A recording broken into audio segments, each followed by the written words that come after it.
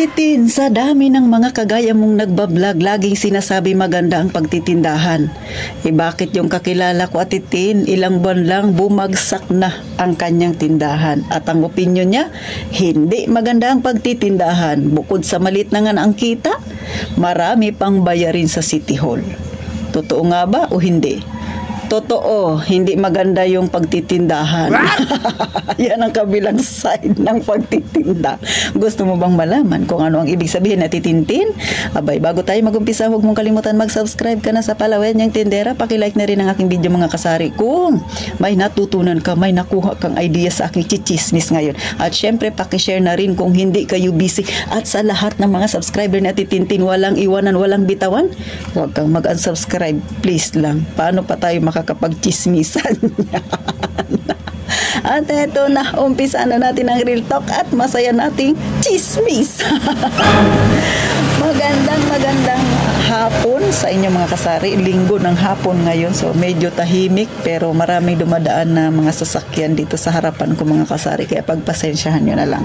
So Ate Tin, ano ang ibig mong sabihin na hindi maganda ang pagtitindahan, pangit ang pagtitindahan? O ito ang aking stand sa pangit ang pagtitindahan. Totoo, pangit ang pagtitindahan. Bakit? Pangit ang pagtitindahan kung ikaw mismo tindera ka. Pinasok mo ang iyong pagtitindahan, panay ka utang. O utang na loob, wag kang sige ka utang, tindera ka. Sinong mga tinamaan dyan? O, si Ate Tintin, tapos nasa utang. Totoo. Ito real talk. Pangit talagang pagtitindahan kapag inumpisahan mong panay ka utang. Ano nga ang ibig sabihin ng utang? Ikaw, tindera, bukod sa utang na nga yung puhunan mo, may mga iba ka pang utang. Hindi mo muna nilinis yung kautangan mo bago ka nagpaumpisang magnegosyo. O bakit? Alam niyo mga kasari, mahirap na kapag nagnegosyo kayo napanay kayo utang, tapos maya-maya lang sa tindahan ninyo, may naniningil. O paano mo mapapalago ang tindahan mo? Talaga may stress ka. O bigyan ko kayo ng halimbawa na may kakilala ko. Marami siyang utang. Hindi pa siya nagtitindahan ng time na yun. Marami siyang mga inutangan.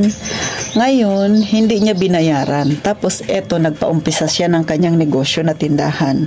So, ang tanong ng kanyang mga kakilala, ba't ka nagnegosyo? Ang dami mo pang ang utang, dapat tinapos mo ng bayaran. Okay, wala siyang paki. Hindi niya binayaran yung mga pinagkakautangan niya. Basta siya, nagtayo siya ng sarili niya tindahan. Tapos, yung kanyang pinampunan ay galing din sa utang. Eto na ngayon. Uso ngayon yun. Hindi ko alam kung meron ganito sa inyo, no? Yung mga ahente na nagpapautang, para siyang iiwan nila yung product nila, tapos babalikan sa sunod na linggo kung ano yung nabenta, yun yung babayaran mo sa kanila. O di ba? Parang consignment style. Hindi ko alam kung sa inyo may mga ganyan mga kasari, pero dito meron dati dito sa amin. So ganun. Bukod sa utang na nga yung kanyang puhunan, tapos pinasok niya rin yung ganun, yung ahente na nagpapaiwan ng mga produkto.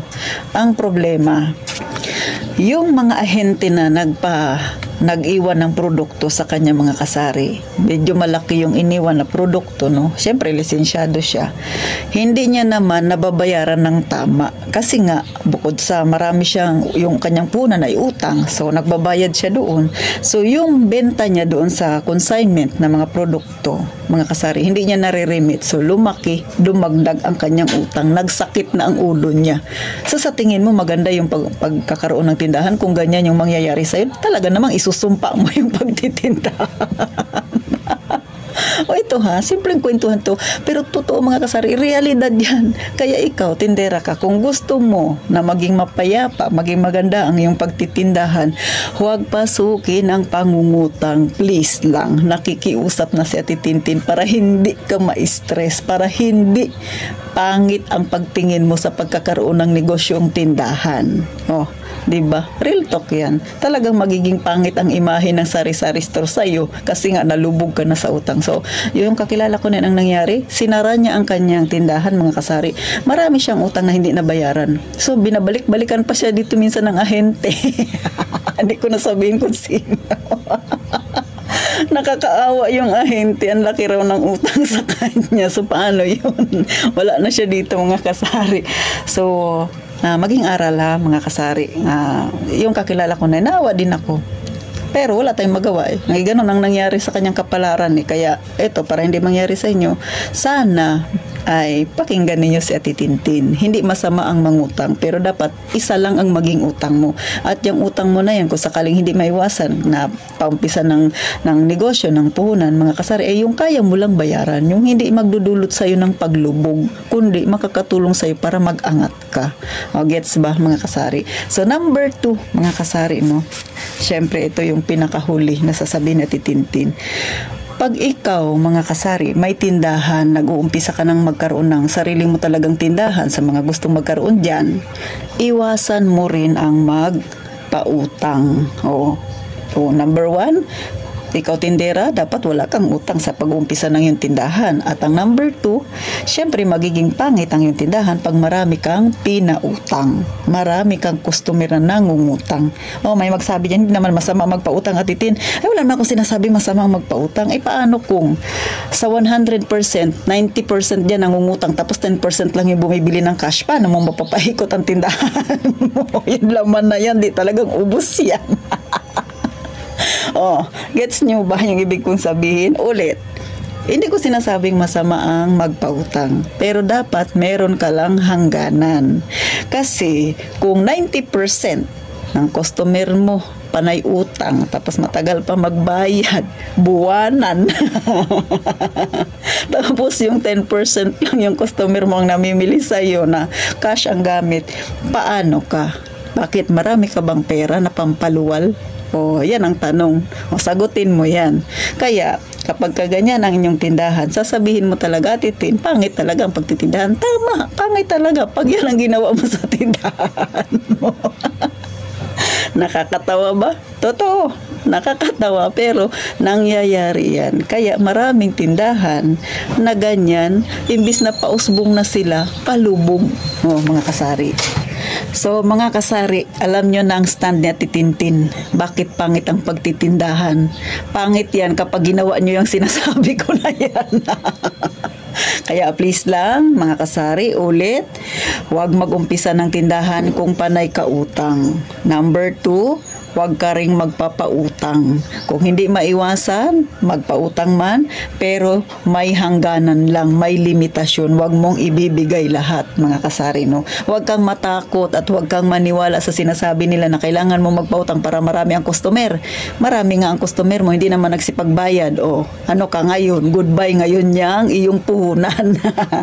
Kaya eto, mga kasari, sa lahat ng mga datihan ng mga may tindahan, alam ninyo ang ibig kong sabihin. Kasi, syempre, napagdaanan nyo na itong aking chinichismis. Pero sa mga mag-uumpisa pa lang ng pagtitindahan, nakakatawa itong usapin na to, pero totoo. Kaya, napapansin nyo ba, mas marami ang tindahan na nagsasara? Kasi nga, masyadong tiwala. Hindi man masama magtiwala, pero ilagay sa lugar ang pagtitiwala. Sabi nga, di ba, ng mga mayayaman, yung pagbabayad raw ng utang ay isa yan sa nakakatulong sa atin para makamit natin yung pangarap. Kasi hindi daw tayo yayaman, hindi magiging maganda ang buhay natin kung hindi tayo marunong magbayad, which is tama yan, di ba? Magiging maganda ang buhay mo kung wala kang inaapakang tao, kung lahat ng inutangan mo binayaran mo kasi wala kang inagrabyado, which is naniniwala si Ate Tintin dyan. Kaya ulit, bilang isang matagal na sa pagtitindahan, payo lang bilang inyong kapatid sa negosyo, mga kasari, maliit man o malaki, ay huwag magpaumpisa talaga ng negosyo na marami pa kayong utang. Kailangan maging malinis muna lahat bago magpaumpisa para wala kayong iniisip, para hindi kayo ma-stress. Number 2, kapag may tindahan na kayo, huwag kayong magpapautang. Hanggang dito na lang sa Titintin, mga kasari. Napangiti ko ba kayo? Simpleng topic, nakakatawa pero totoo, real talk na real talk yan, nangyayari yan sa totoong buhay.